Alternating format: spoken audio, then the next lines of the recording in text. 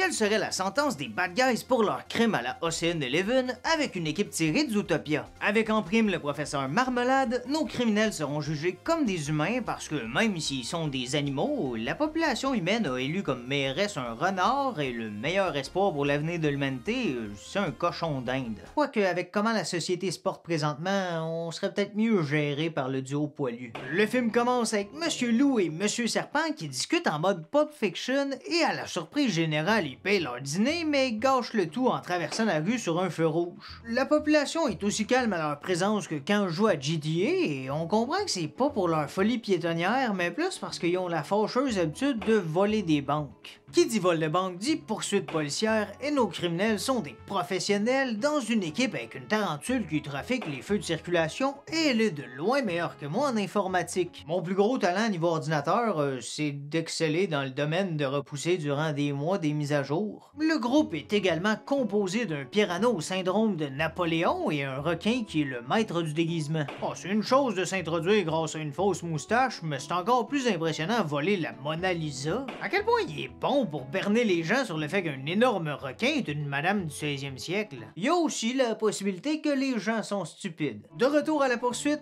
Monsieur Loup est suivi par les policiers les moins compétents possibles et quoique c'est pas si surprenant, avec son uniforme, leur chef ressemble plus à une factrice. Les accidents s'enchaînent et ça pousse nos bad guys à attacher leur ceinture même si le mal est déjà fait. Quoique le gâteau d'anniversaire a survécu, ce qui est probablement pas le cas de tous les policiers. À leur base secrète, on voit que le groupe en n'était pas leur premier vol et clairement c'est des années de trésors volés assemblés, mais je vais jouer conservateur avec seulement 2 charges de vol, une pour la portion monétaire et l'autre pour les antiquités comme l'armure, les tableaux et un vase. Tu sais que tu voles juste pour le plaisir si tu voles un vase, mais que c'est pas pour le vendre. Sérieux, sa seule utilité c'est avoir un objet qui fait dire « Hey, faites attention, vous allez briser le vase! » Après un anniversaire aussi festif qu'un examen de chimie, on est introduit à la mairesse Diane Foxington qui au moins a un prénom autre que monsieur ou madame. Nos vilains sont un peu offusqués quand la mairesse les qualifie de voleurs pathétiques, ce qui pousse Monsieur Loup à planifier leur plus gros braquage en carrière avec le trophée du Dauphin d'or. Les autres hésitent, mais Monsieur Serpent se laisse convaincre quand on lui donne le hockey pour manger le professeur Marmelade. Mais il a intérêt à être délicieux.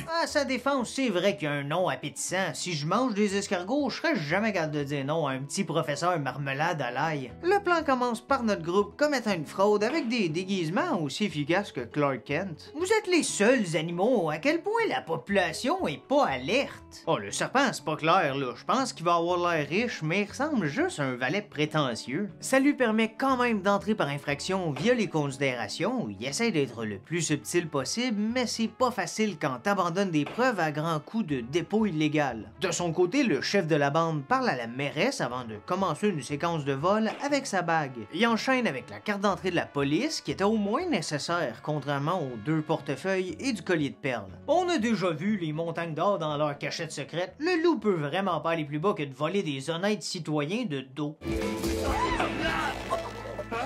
Je vais les sous-estimer. Nos voleurs se rendent finalement dans la pièce où est le trophée, mais la tentative de vol est une mission impossible. Heureusement pour eux, Monsieur Requin est là pour faire une version très subtile. Je vais avoir un bébé! Le vol est réussi, mais au moment du départ, ils sont exposés parce que leur leader contrôle pas sa queue. Je rappelle que c'est un loup. Ça mène à une tentative de fuite assez pathétique où essentiellement Monsieur Loup brise une fenêtre, perd ses pantalons et sa dignité. Le groupe se rend parce que, comme mon grand-père m'a toujours dit, quand vient le temps de fuir la police, tu te rends pas tant que t'as pas perdu tes pantalons. Vous trouvez pas qu'il fait froid? Heureusement pour eux, le professeur Marmelade, avec son grand cœur, propose de les libérer pour essayer de les transformer en gentils. Et ça fonctionne parce qu'il reste 1 heure au film. Bon, ils vont chez le professeur qui fait quelques essais pour les transformer en Mère Teresa, comme par exemple la fois où Monsieur Requin a mangé Monsieur Serpent. J'aime bien partager, c'est trop bon.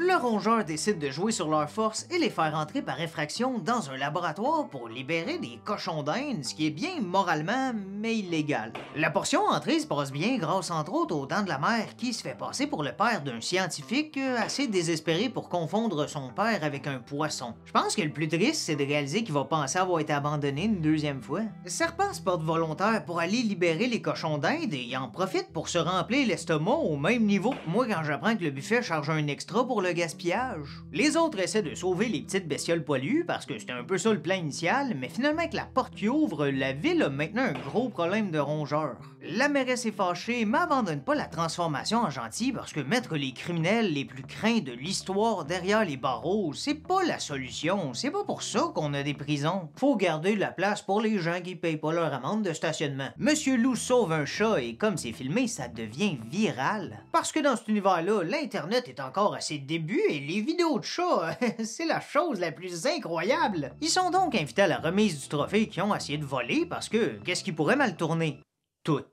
Tout tabarnak. Le plan du vol prend donc forme à commencer par une version frauduleuse de notre prodige musical pour permettre à son allié le Margareta d'ouvrir la mallette contenant le code secret qui était mon mot de passe à RuneScape. Au moment de mettre le plan à exécution, le loup est incapable de passer à l'action, contrairement au professeur Marmelade qui profite de leur présence pour voler la météorite et leur passer le blâme. Il explique à nos suspects qu'il a fait un Madame Doubtfire en étant la vieille dame à la sacoche, et comme n'importe quel méchant de film, il explique que oui, il vole la météorite, mais ça c'est juste pour l'aider dans un autre plus gros vol. Les méchants de film, c'est les mêmes personnes qui gâchent les surprise parties, ça fait des mois que tu travailles ton plan, garde la surprise 2 jours de plus. Le plan est pas vraiment apprécié par George Clooney poilu.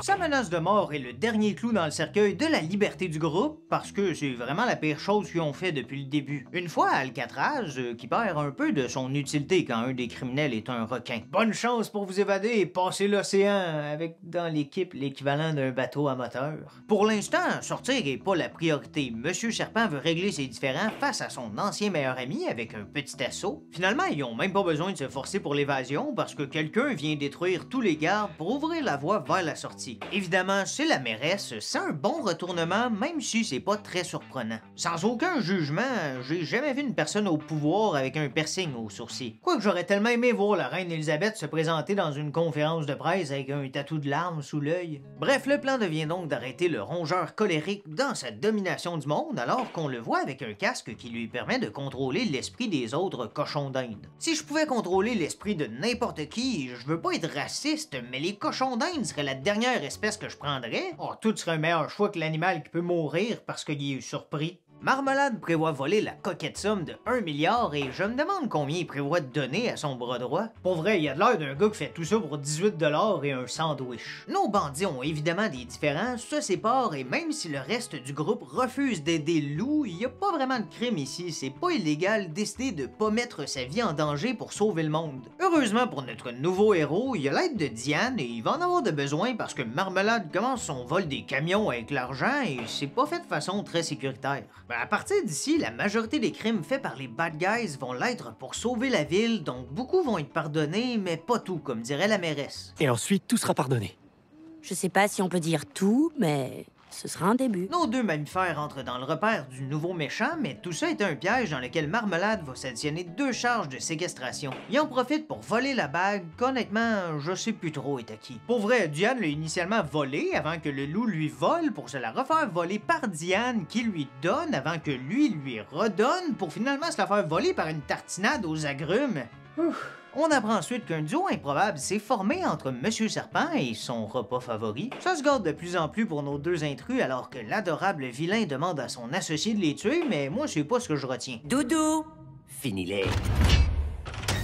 Je comprends pourquoi le docteur Robotnik sur le crack est devenu méchant, il s'appelle Doudou. Heureusement pour eux, notre trio manquant arrive pour les sauver et il vole la météorite, encore une fois pour le bien commun, donc pas de charge. Marmelade est un danger public sur les routes avec ses petits conducteurs zombies et il essaie même de tuer Monsieur Piranha, mais sans succès. Nos héros réussissent à s'évader, mais au moment de donner la météorite aux autorités, ils décident que non. Ils vont mettre la société en danger pour aller chercher Serpent et le pouvoir de l'amitié. Dans le film, ça passe incognito, mais personnellement, je vais leur mettre une charge de danger à la société et négligence criminelle. Marmelade saisit sa 2e chance et intensifie son contrôle de cochon d'Inde qui devient essentiellement du terrorisme et des tentatives de meurtre. Ah, puis de la cruauté animale aussi, je veux dire, quand il frappe la route, l'impact doit pas faire du bien. Comme rien fonctionne, il se rend au stade du désespoir en lançant son seul allié en bas de l'hélicoptère, mais il y a un petit malaise quand même, ça il réussit pas. Bon, le coup de pied au visage fait le travail, même si l'amitié triomphe toujours, et notre groupe de 5 s'en sort indemne,